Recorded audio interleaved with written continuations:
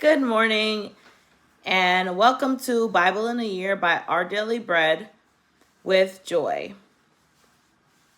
I'm going to be reading today for Tuesday, April 21st, 2026, from 2 Samuel chapters 12 through 13 and Luke chapter 16.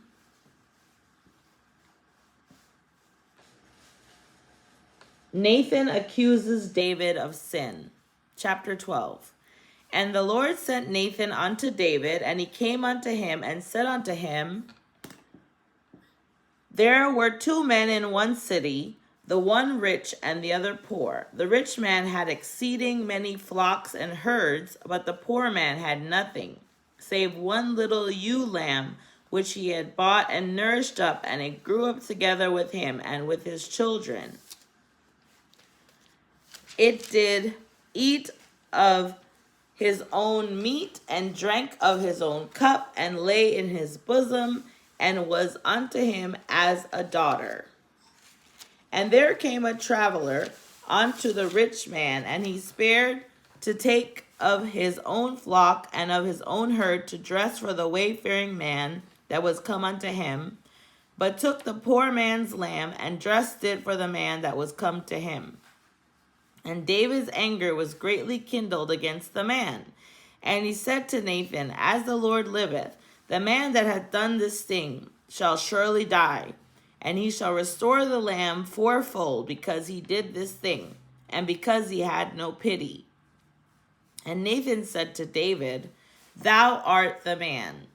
Thus saith the Lord God of Israel, I anointed thee king over Israel, and I delivered thee out of the hand of Saul, and I gave thee thy master's house and thy master's wives into thy bosom, and gave thee the house of Israel and of Judah.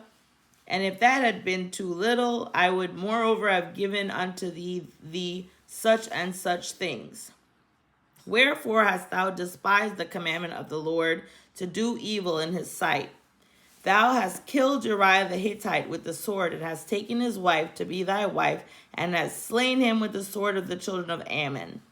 Now therefore the sword shall never depart from thine house, because thou hast despised me, and hast taken the wife of Uriah the Hittite to be thy wife. Thus said the Lord, Behold, I will raise up evil against thee out of thine own house, and I will take thy wives before thine eyes, and give them unto thy neighbor, and he shall lie with thy wives in the sight of this sun. For thou didst it secretly, but I will do this thing before all Israel and before the sun. And David said unto Nathan, I have sinned against the Lord. And Nathan said unto David, The Lord also hath put away thy sin, thou shalt not die. Howbeit, because by this deed thou hast given great occasion to the enemies of the Lord to blaspheme, the child also that is born unto thee shall surely die. David and Bathsheba's baby dies. And Nathan departed unto his house, and the Lord struck the child that Uriah's wife bare unto David, and it was very sick. David therefore besought God for the child, and David fasted and went in and lay all night upon the earth. And the elders of the house arose and went to him to raise him up from the earth, but he would not, neither did he eat bread with them. And it came to pass on the seventh day that the child died. And the servants of David feared to tell him that the child was dead. But they said, Behold, while the child was yet alive, we spake unto him, and he would not hearken unto our voice. How will he then vex himself if we tell him that the child is dead? But when David saw that his servants whispered, David perceived that the child was dead. Therefore David said unto his servants, Is the child dead? And they said, He is dead. Then David arose from the earth, and washed, and anointed himself, and changed his apparel, and came into the house of the Lord, and worshipped. Then he came to his own house, and when he required, they set bread before him, and he did eat. Then said his servants unto him, What thing is this that thou hast done? Thou hast fasted and Thou didst fast and weep for the child while it was alive, but when the child was dead, thou didst rise and eat bread. And he said, While the child was yet alive, I fasted and wept, for I said, Who can tell whether God will be gracious to me that the child may live? But now he is dead. Wherefore should I fast? Can I bring him back again? I shall go to him, but he shall not return to me. And David comforted Bathsheba his wife, and went in unto her, and lay with her. And she bare a son, and he called his name Solomon. And the Lord loved him. And he sent by the hand of Nathan the prophet, and he called his name Jedediah, because of the Lord. David conquers the Ammonites. And Joab fought against Rahab of the children of Ammon, and took the royal city. And Joab sent messengers to David and said, I have fought against Rahab, and have taken the city of waters. Now therefore gather the rest of the people together, and encamp against the city, and take it, lest I take the city, and it be called after my name. And David gathered all the people together, and went to Rahab, and fought against it, and took it. And he took their king's crown from off his head, the weight whereof was a talent of gold with the precious stones. And it was set on David's head. And he brought forth the spoil of the city in great abundance. And he brought forth the people that were therein, and put them under saws, and under harrows of iron, and under axes of iron, and made them pass through the brick kiln. And thus did he unto all the cities of the children of Ammon. So David and all the people returned unto Jerusalem.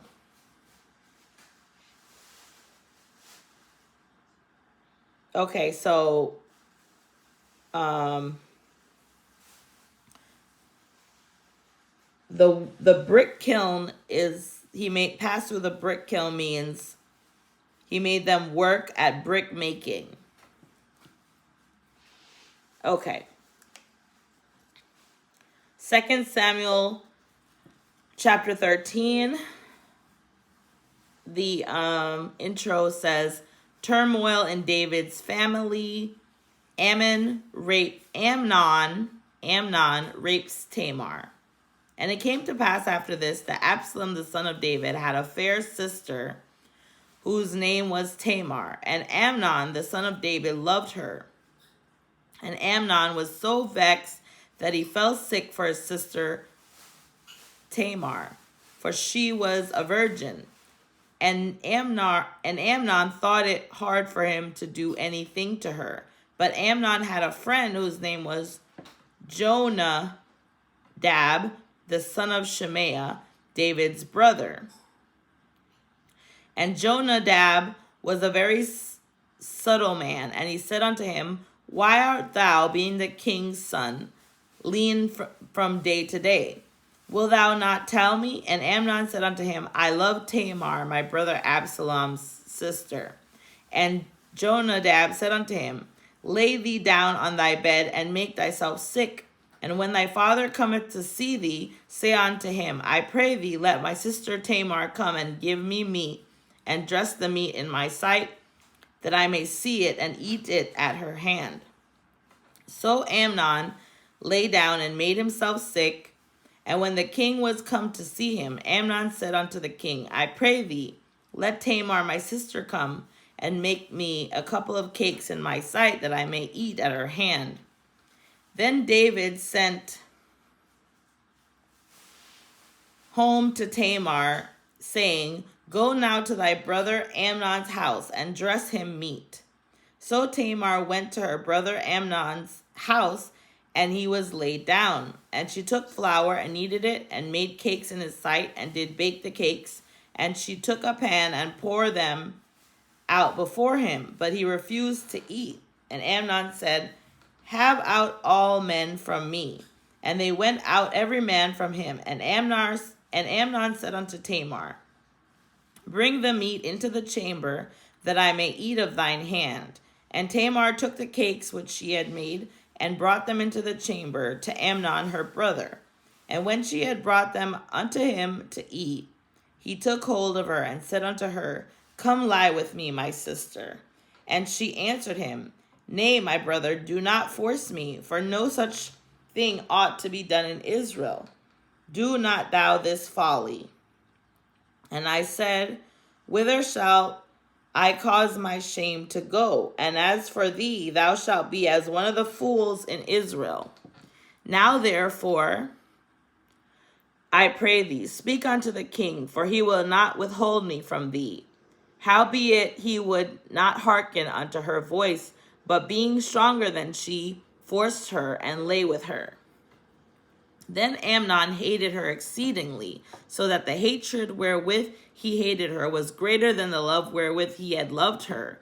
And Amnon said unto her, arise, be gone. And she said unto him, there is no cause. This evil in sending me away is greater than the other that thou didst unto me. But he would not hearken unto her. Then he called his servant that ministered unto him and said, Put now this woman out from me, and bolt the door after her. And she had a garment of divers colors upon her, for with such robes were the king's daughters that were virgins apparelled. Then his servant brought her out and bolted the door after her. And Tamar put ashes on her head, and rent her garment of divers colors that was on her, and laid her hand on her head, and went on crying.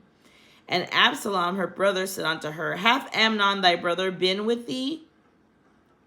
But hold now thy peace, my sister, he is thy brother. Regard not this thing. So Tamar remained desolate in her brother Absalom's house. But when King David heard of all these things, he was very wroth. And Absalom spake unto his brother Amnon, neither good nor bad. For Absalom hated Amnon because he had forced his sister Tamar. Absalom murders Amnon. And it came to pass after 2 full years that Absalom, this is verse 23, that Absalom had sheep shearers in Baal-hazor, which is beside Ephraim, and Absalom invited all the king's sons.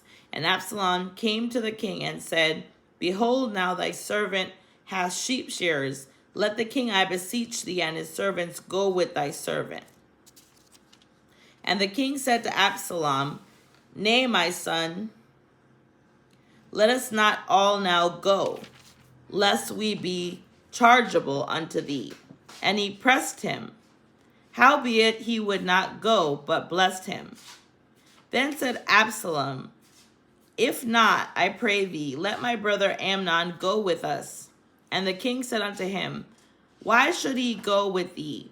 But Absalom pressed him, that he let Amnon and all the king's sons go with him.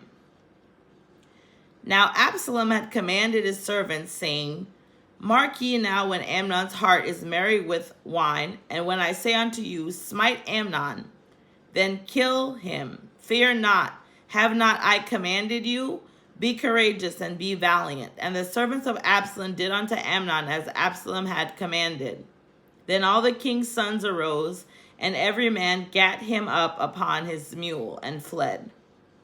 And it came to pass, while they were in the way, that tidings came to David, saying, Absalom has slain all the king's sons, and there is not one of them left.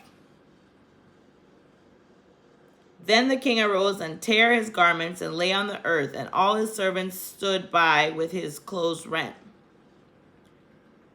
And Jonadab, the son of Shemaiah, David's brother, answered and said, Let not my lord suppose that they have slain all the young men, that the king's sons, for Amnon only is dead. For by the appointment of Absalom, this hath been determined from the day that he forced his sister Tamar. Now therefore let not my lord the king take the thing to his heart, to think that all the king's sons are dead, for Amnon only is dead. But Absalom fled, and the young man that kept the watch lifted up his eyes and looked, and behold, there came much people by the way of the hillside behind him. And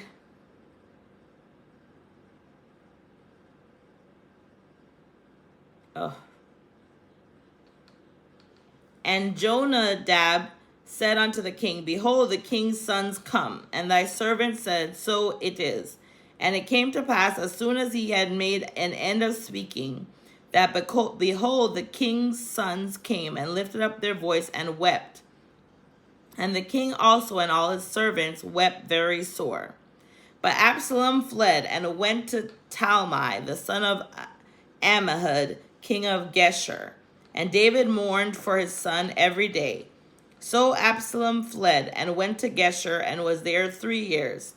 And the soul of King David longed to go forth unto Absalom, for he was comforted concerning Amnon, seeing he was dead.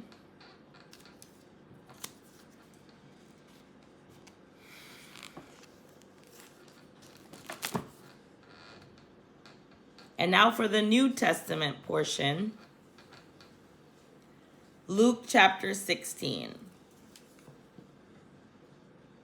Jesus tells the parable of the shrewd accountant.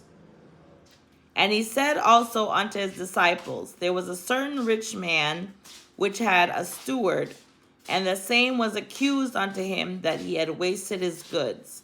And he called him and said unto him, How is it that I hear this of thee? Give an account of thy stewardship, for thou mayest be no longer steward. Then the steward said within himself, What shall I do? For my Lord taketh away from me the stewardship. I cannot dig. To beg I am ashamed. I am resolved what to do, that when I am put out of the stewardship, they may receive me into their houses. So he called every one of his Lord's debtors unto him, and said unto the first, How much owest thou unto my Lord? And he said, 100 measures of oil. And he said unto him, Take thy bill, and sit down quickly, and write 50. Then said he to another, And how much owest thou? And he said, 100 measures of wheat. And he said unto him, Take thy bill, and write 80,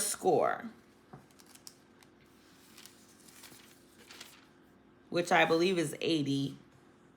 And the Lord commanded the unjust steward, because he had done and the Lord, not capital, commended the unjust steward, because he had done wisely. For the children of this world are in their generation wiser than the children of light. And I say unto you, make to yourselves friends of the mammon of unrighteousness, that when ye fail, they may receive you into everlasting habitations. He that is faithful in that which is least is faithful also in much. And he that is unjust in the least is unjust also in much. If therefore ye have not been faithful in the unrighteous mammon, who will commit to your trust the true riches? And if ye have not been faithful in that which is another man's, who shall give you that which is your own? No servant can serve 2 masters, for either he will hate the one and love the other, or else he will hold to the one and despise the other. Ye cannot serve God and mammon. And the Pharisees also, who were covetous, heard all these things, and they derided him. And he said unto them, Ye are they which justify yourselves before men, but God knoweth your hearts. For that which is highly esteemed among men is abomination in the sight of God.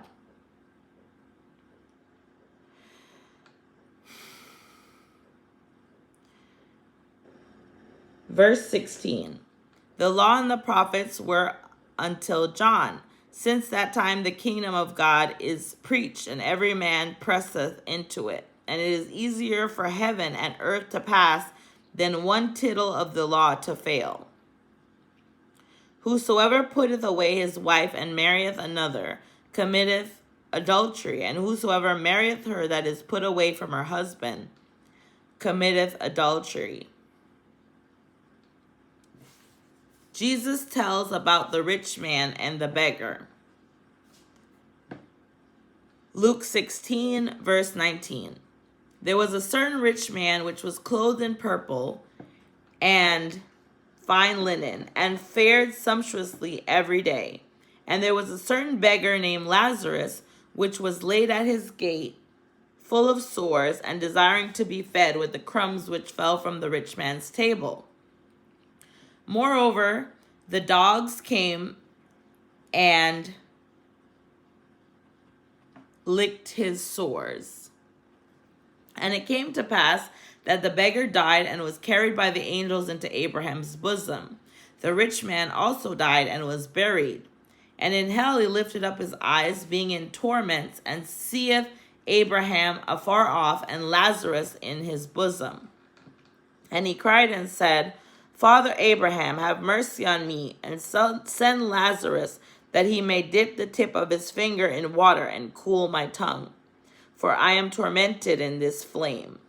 But Abraham said, Son, remember that thou in thy lifetime receivest thy good things, and likewise Lazarus evil things. But now he is comforted, and thou art tormented. And beside all this, between us and you there is a great gulf fixed, so that they which would pass from hence to you cannot, neither can they pass to us that would come from thence.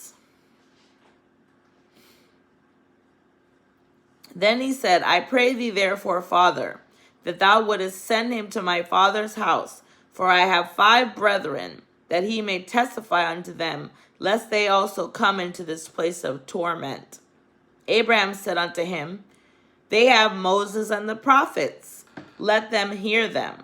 And he said, Nay, Father Abraham, but if one went unto them from the dead, they will repent.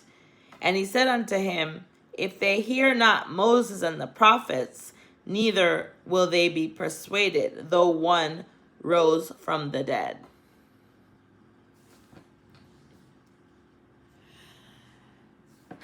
May the Lord add his blessing to his word. Have a blessed day.